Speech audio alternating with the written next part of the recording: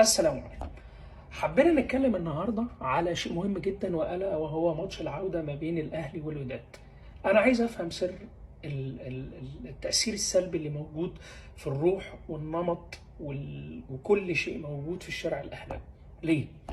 بالارقام وبالورقه والقلم. انت لعبت ماتش قوي جدا على فريق الوداد. الاهلي كفريق ضيع فرصتين لكهربا ما يضيعوش. في ضربة جزاء لحسين الشحات، وبنتكلم على ضربة الجزاء بتاع الشوط الأولاني مش الشوط الثاني.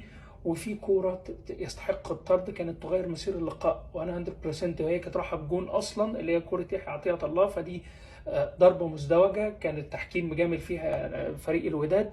فأنت تأثيرك الإيجابي ككل في الماتش مسيطر مهيمن، حالتك الفنية قوية، كل شيء كان للنادي الأهلي. ألا الخطأ اللي حصل من علي معلول، من الرعونة اللي حصلت من علي معلول والتغطية من محمد